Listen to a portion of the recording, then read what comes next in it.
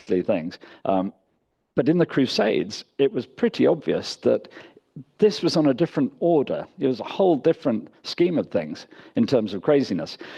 So how do you explain this? I was kind of puzzling with how to write a book of it, because in a sense, you could write a book of anecdotes. These are good stories. They're larger than life characters and so on. So that would have made a fun book, but it would have been a book of stories without a narrative arc. It really wouldn't have had the overarching story. It would have been like, a medieval Hello magazine with a bit of true crime, which they're all good things. I love true crime. I don't necessarily love Hello, but, I get it. So what's the big story? And I was very lucky that the two things came together, watching the old movies and writing on this book. And it all came together. We all know Casablanca, very, very famous. And there's one wonderful line. I was about halfway through collecting the material. And there's this guy towards the end, and it's a joke. So Captain Louis Renaud, the kind of head of police, comes up and says, "Oh, hello, Rick. We will round up the usual suspects." And it's a joke. It's a caricature of lazy policing. That's what lazy policemen do. They don't search for the real criminals. They just go for the usual suspects and all of that. And it occurred to me that instantly that was my answer. It was the explanation, because what we find in the Crusades is almost like that single line in two sections. So if you think of that line as being two parts, the usual suspects. Well, who are the usual suspects? I mean, they're largely the same now as they were then, except in the Crusades, it was a kind of an exaggeration. So nowadays, if you look at the prison population in the UK, it's about 96% male. And it's of that proportion, very, very largely young men.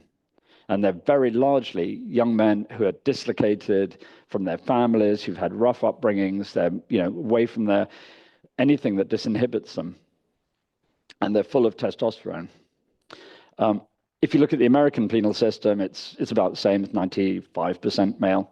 Crime, violent, serious crime is heavily, heavily gendered, which I think is something that women can be very proud of. You don't want equality in that kind of craziness.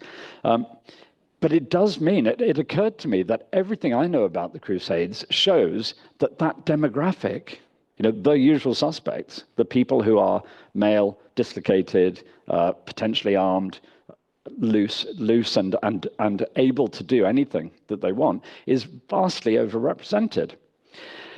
And that leads me to the second part of that line, really, which is round up. Now, in Casablanca, the police have to do the rounding up. The suspects are there, but they need to be rounded up. In the Crusades, I think it's the one time in world history where the usual suspects round themselves up. It's one huge, criminality fest for nearly 200 years. Crusades go on for 200 years, give or take. Almost no times of peace. You get the occasional truce, but it's continual warfare in that part of the Middle East. And the usual suspects, as we'll see in a minute, are there in droves. And actually, once you've got that demographic in the back of your head, it all becomes clear. You really understand why Crusader criminals, although we don't talk about them, you understand why they're such a massive problem and why they're so endemic. So let's just remind ourselves about where the Crusades are taking place, which is, where's the eye of the storm here?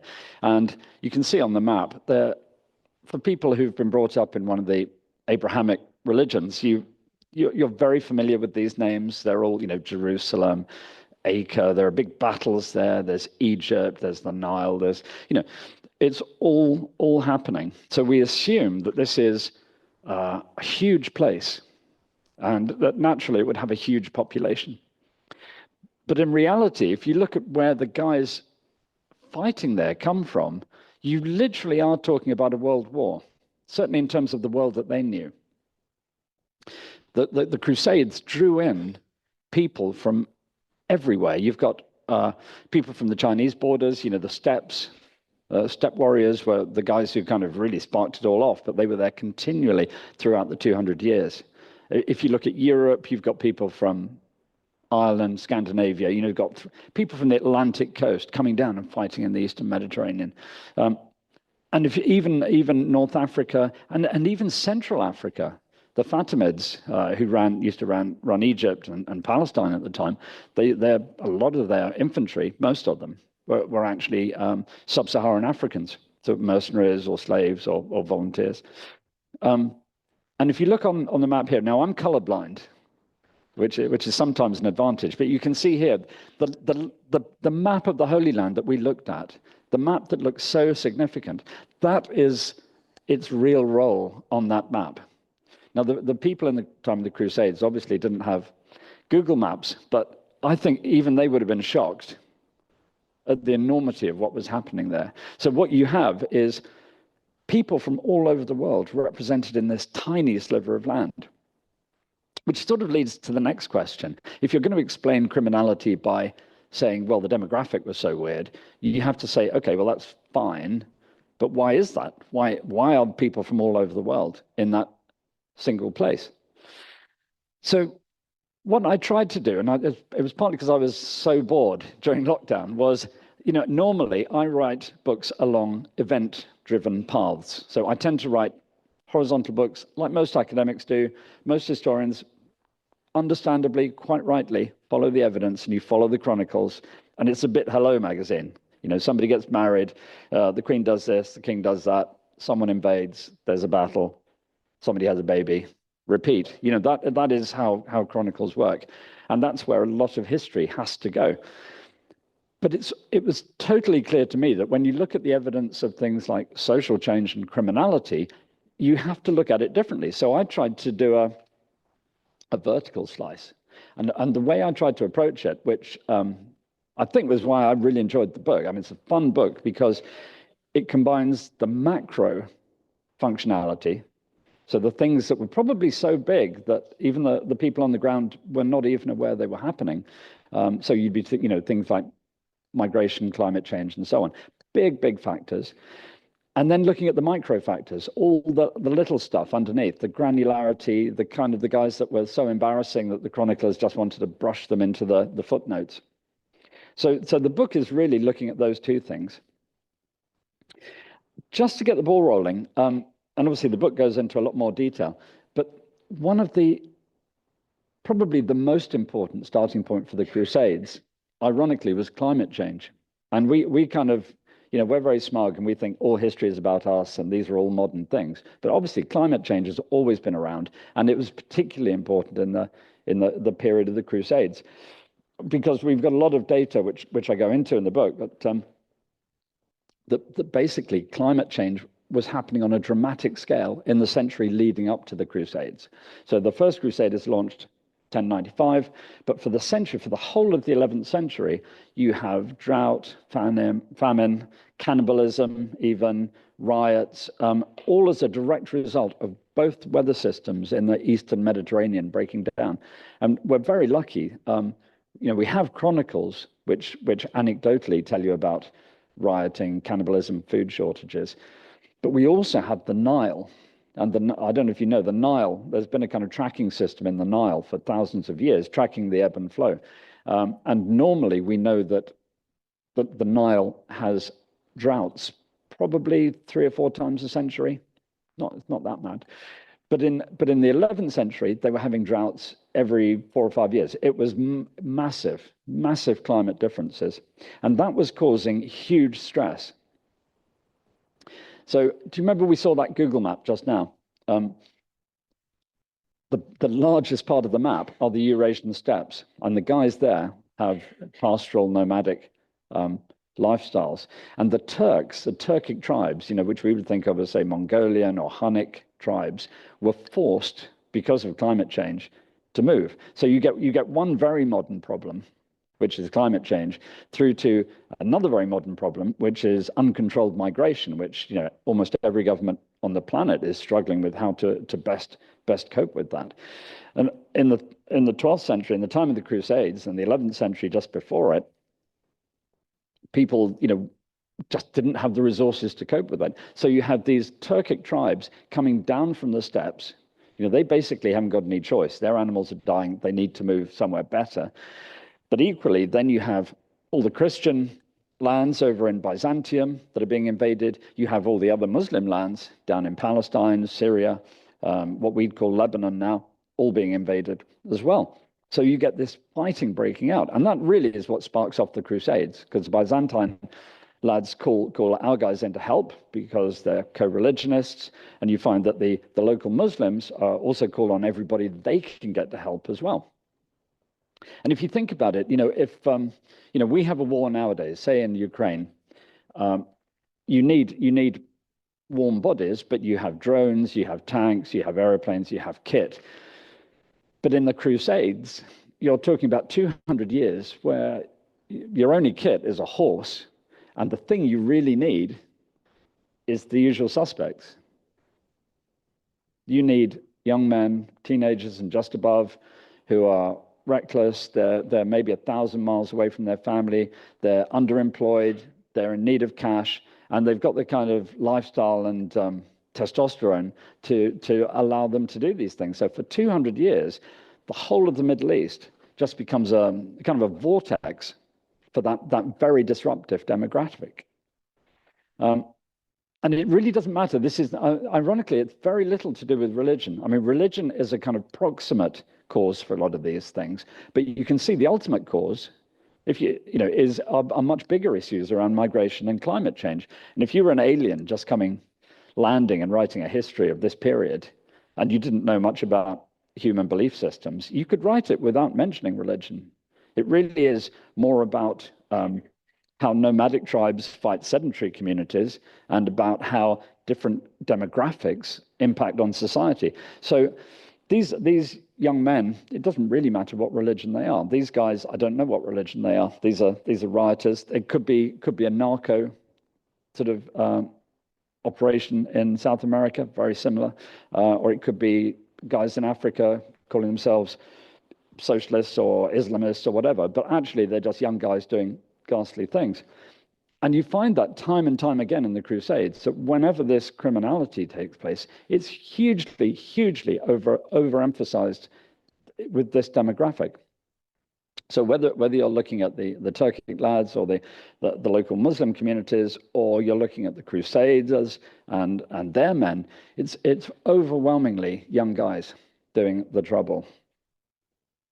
So just to remind ourselves, this is just a huge reach of what's going on in the Crusades. So for me, that explains why there was such a huge upsurge in criminality.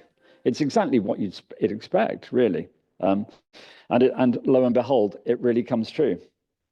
So that's just a very brief introduction to the subject and to why criminality can really destroy societies. I suspect that the criminality was just as disruptive as the wars.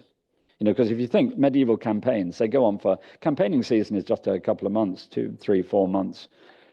The rest of the year, these guys are murderers, bandits, muggers, pirates. They're doing all of the disruptive stuff. And they actually destroy societies, I think. And you look at a lot of the history of the Crusades, if you realize this is happening, it makes a lot more sense. So having talked about the big picture, I just want to tell you a few of the fun stories. It's just a sort of fairly random selection of the bits that I enjoy most. So I'm going to talk a bit about pirates, I'm going to talk about gangsters, and end with a couple of jolly murders, which are obviously ghastly, but they're all slightly more bearable at the distance of 1,000 years. So let's think about the pirates. Now we all love a ha-ha every now and then. But people never really talk about Crusader pirates. And I was kind of shocked to see how many of them there were. And we do think of pirates as being a bit fun. I mean, it's clearly unrealistic in the same way as we think of, outlaws, Wild West outlaws as being fun. Or, it's actually, they're psychos who do ghastly things and get killed very quickly, But in terms of movies and popular imagination, that's quite a different thing. And even nowadays, you get things like Blackadder and the pirates come up. So whether it's Tudors or Captain Pugwash, it's all there in our minds. And actually, when we mostly think of pirates, I don't know about you, I tend to think of what is laughably called the golden age of piracy, which is, I guess, Queen Anne period, 1700, 1710, that kind of thing. But actually, arguably one of the biggest piracy periods was the Crusades. These guys are kind of invisible because they don't have, they hadn't worked out what branding was. They didn't have social media, but there is this huge underbelly of piracy going on. Just to set the scene, I mean, when you look at Pirates of the Caribbean or you think about piracy, you tend to place ships and sailors into different categories. So, you could be a merchant ship in, say, Pirates of the Caribbean, and that would be, the victim. You could be a member of the Navy, which is, obviously these are professionals paid for by the country and they form a fleet. Or you could be a privateer, which is basically a pirate with a piece of paper saying it's okay for me to do this. Or you could be a pirate. You could be Johnny Depp, that kind of thing. Or you could be something else. So I kind of, struggled with this for a while. And I thought, okay, well, what kind of, we know we've got lots of ships in ports. We know that the Crusader ports have hundreds and hundreds of ships in them because the Crusader states are effectively, we call them the Crusader states, but at the time they were called Outremer. And that's the real clue. They called themselves, the lands of beyond the sea. And what does a land beyond the sea need? It's, shipping, control of the shipping lanes. So what were these shipping lanes patrolled by? Who were they?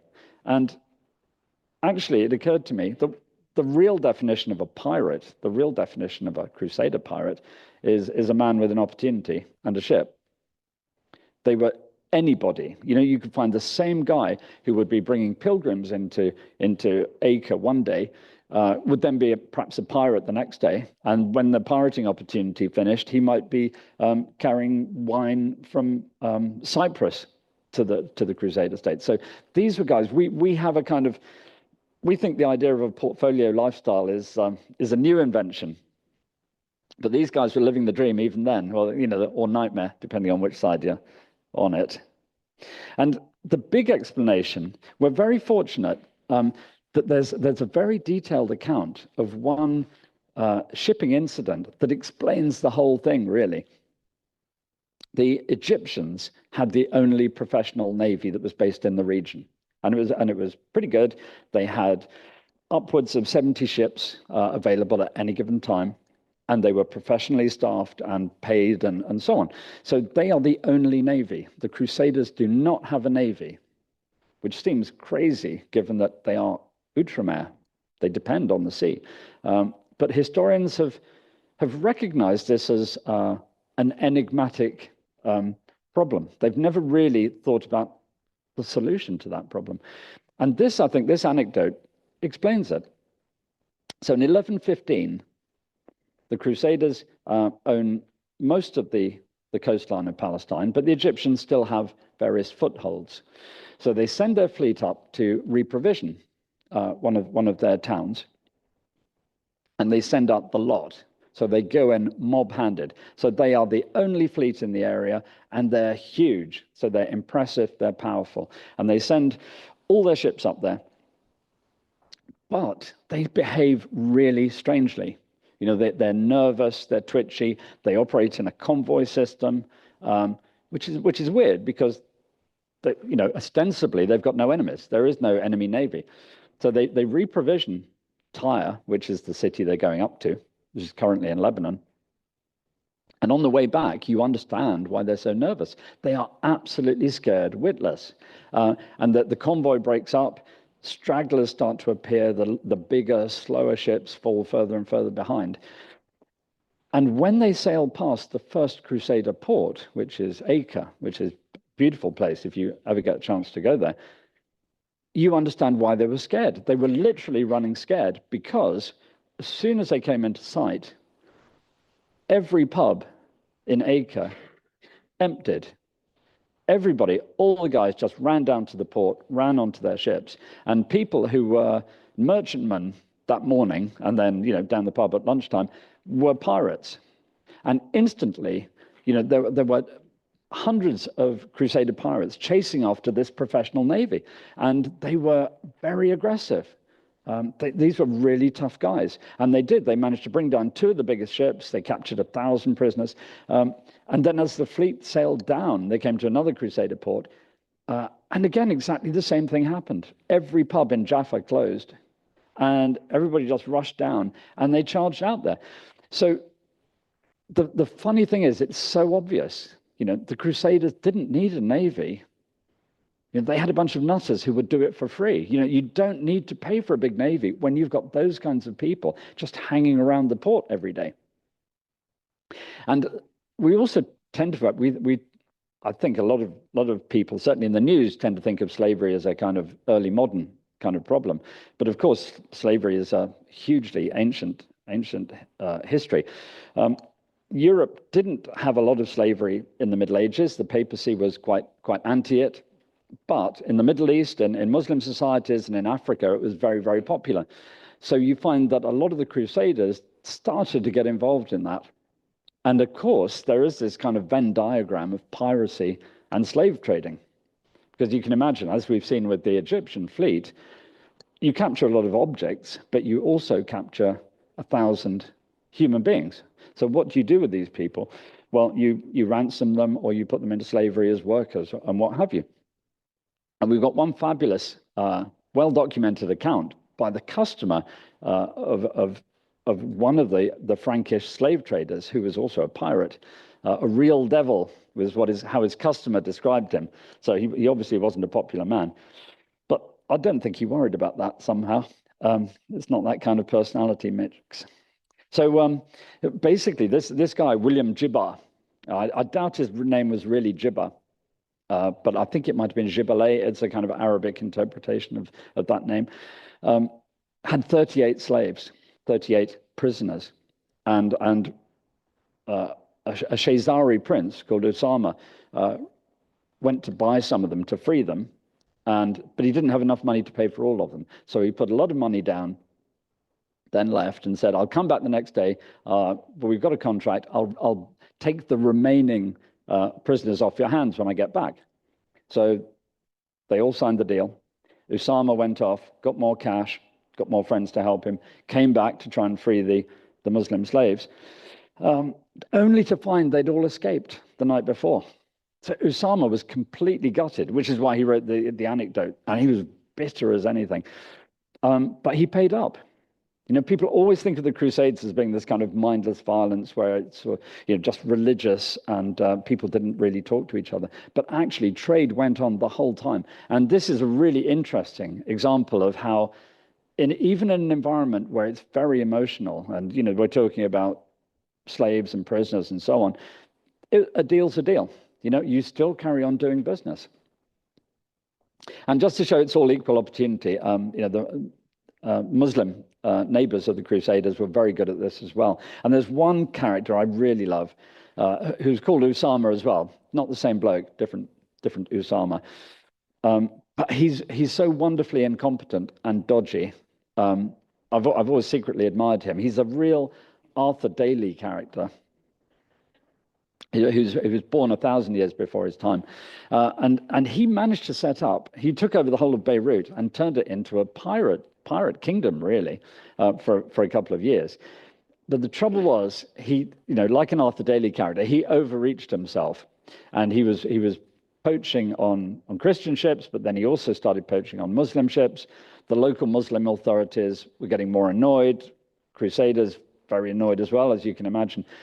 So eventually, the local Muslim authorities came up and they sent an army. They said, "We've got to close this down because it's causing too many problems.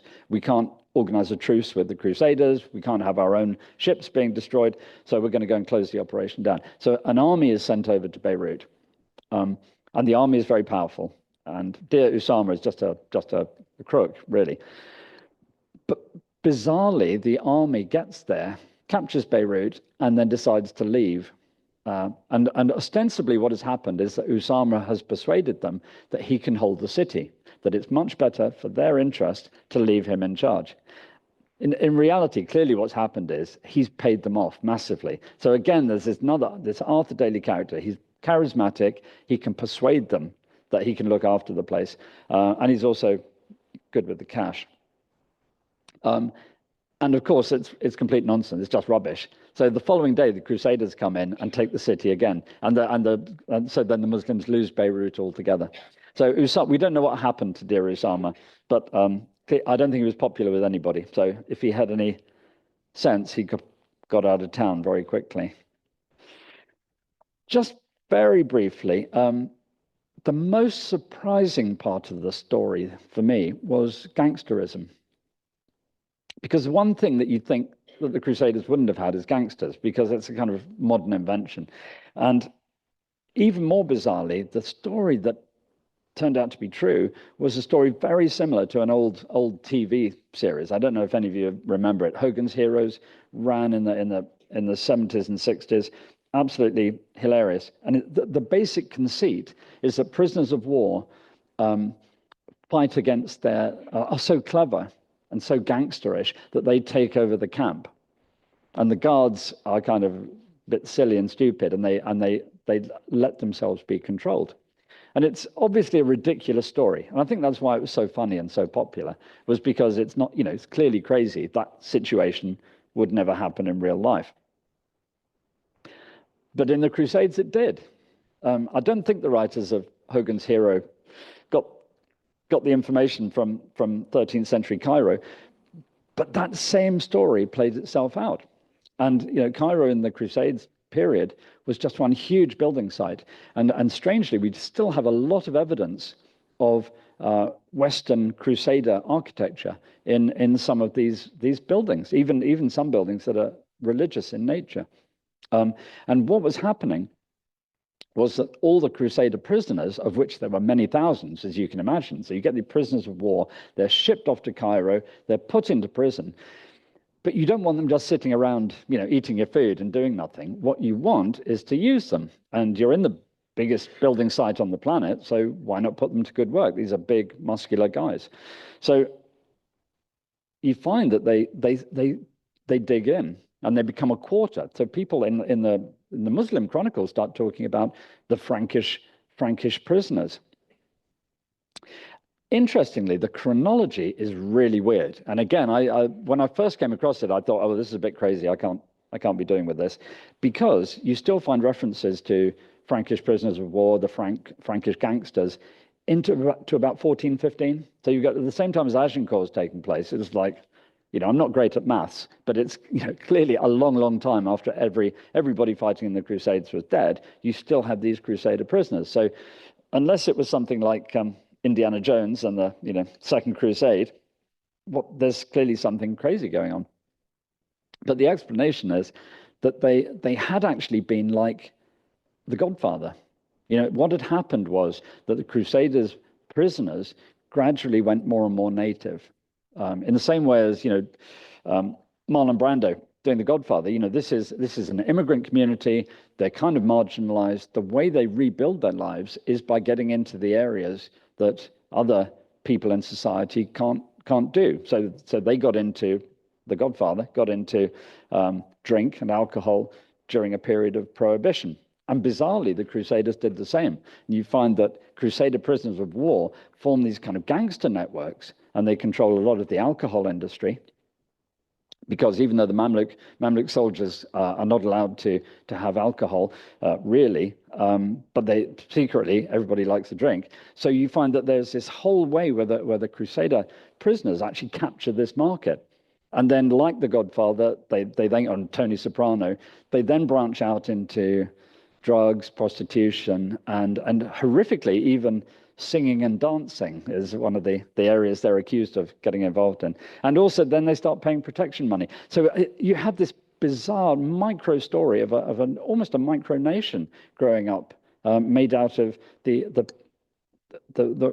families of prisoners of war. And the only way it happens, obviously, the reason why we have such a strange chronology is that they are gangster families. Again, like The Godfather, we know that they only did this because they were able to marry local Christian women, the Coptic women, and their families, mixed race Franks going forwards actually carried on the family business in a crazy sort of way. So for best part of 200 years, you have this strange kind of gangsterism going on long after the Crusades have stopped. Just finally, you can't have a talk like this without the occasional murder. So I just wanted to bring a couple in.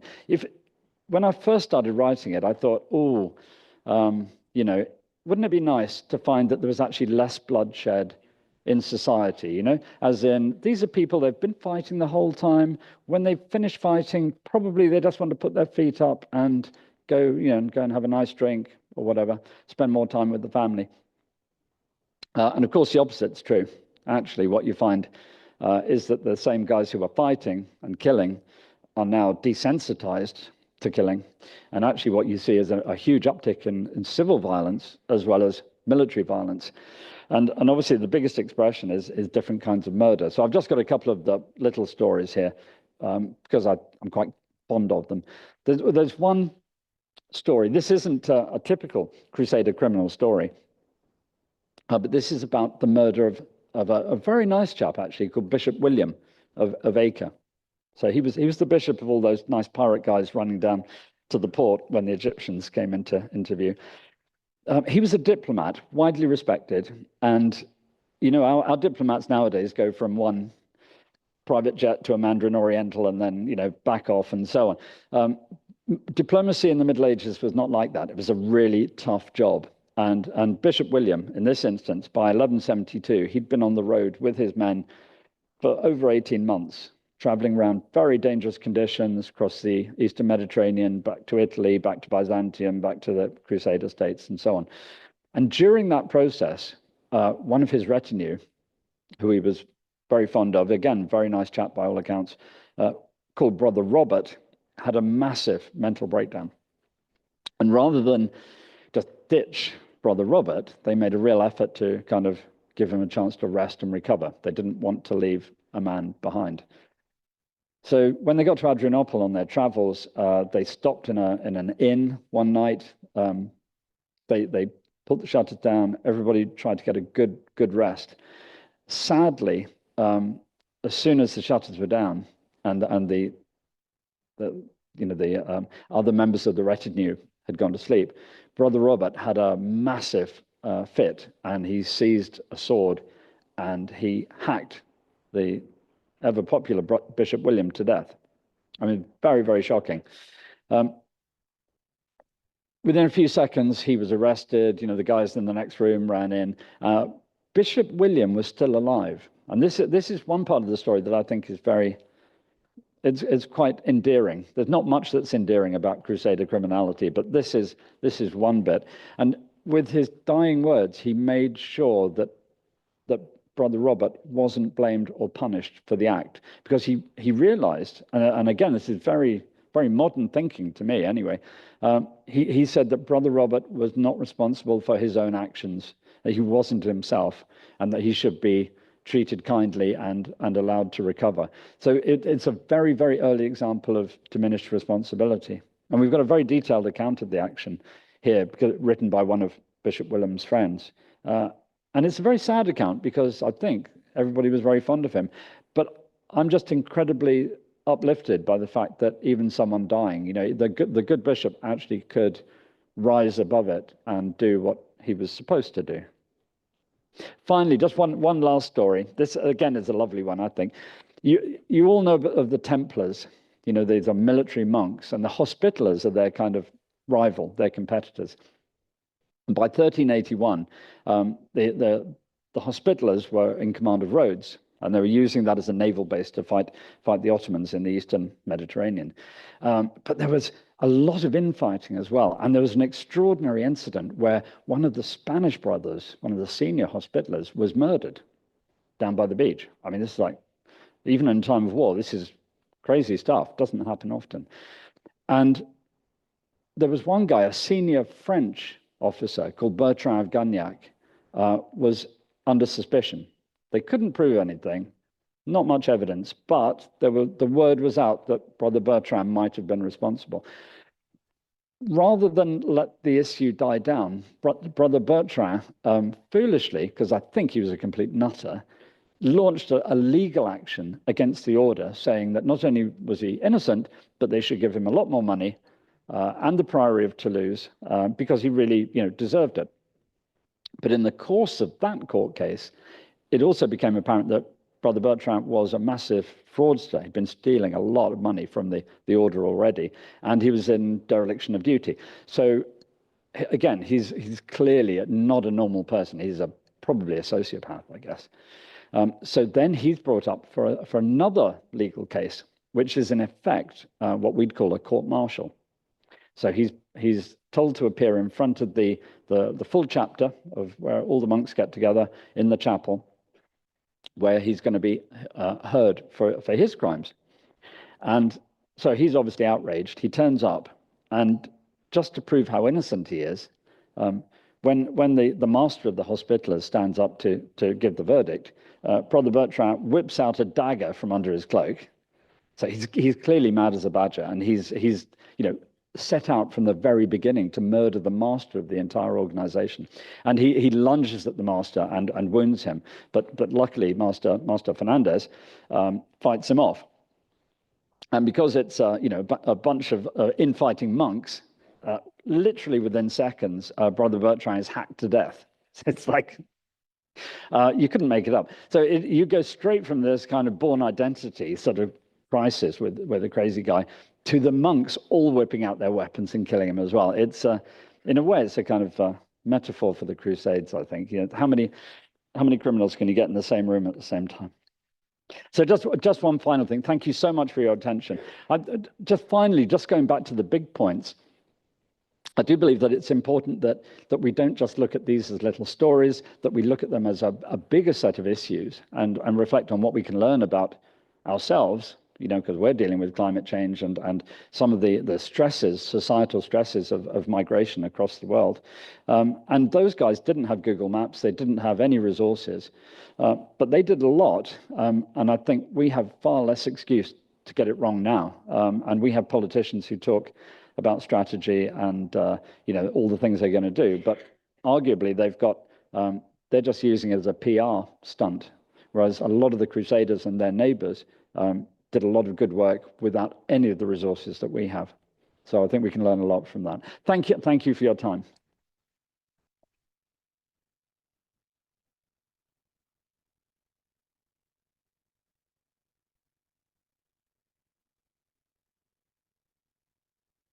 Thank you. Am I on, Sophie?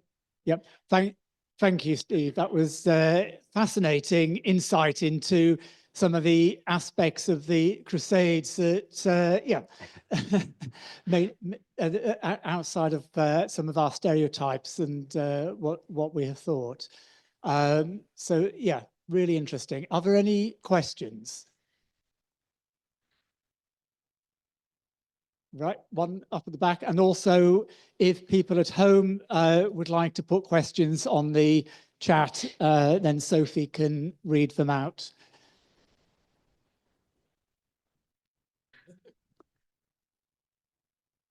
Yeah, thanks for that. Very entertaining and interesting talk. I just wondered, you talked about sort of looking at the macro things and the migration. Yes. Presumably, part of it also was, while the usual suspects were rounding themselves up, it's also presumably to do with the sort of growth of population and tenure, and basically families wanted to ship off young men so they didn't compete for inheriting land and splitting up estates. Yeah. Is that fair? I know that has been, several decades ago, that was a more popular theory than it is now. So there are different ways of looking at it now. Certainly, that doesn't seem to be the case. There's very little evidence of that, really. If you think the big migratory issue that sparks it off is happening on the steppes, I mean, we're Europeans, so we tend to take quite a Eurocentric view of the Crusades, quite, understandably. But if you think about it, the guys on the steppes, they don't have any. They're not worried about overpopulation. They're worried about where their next meal's coming from and where their animals are going to get food.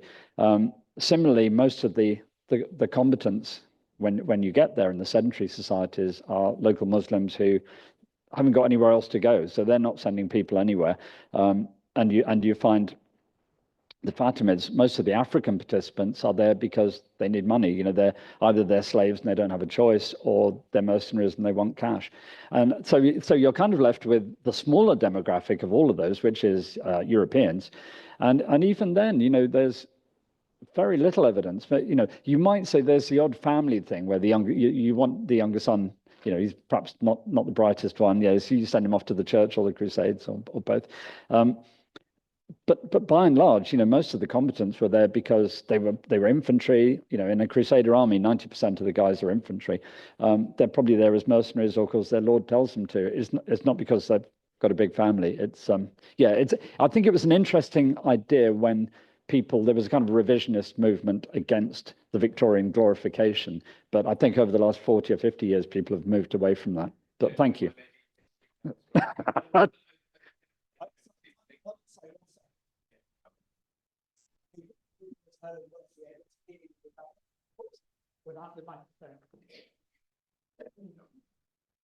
I was just going to say that the chronology almost with the Black Death, after the Black Death, it's all gone because basically they don't have the same population pressures. That's all I was thinking. No, you're absolutely right. That's a good point. Obviously, the Black Death kind of postdates this. And I think we see a kind of tiny version of that after COVID. You know, if you tried finding a plumber recently, you know, that kind of thing. You mentioned about religion and it not being seen as a sort of religious thing as such.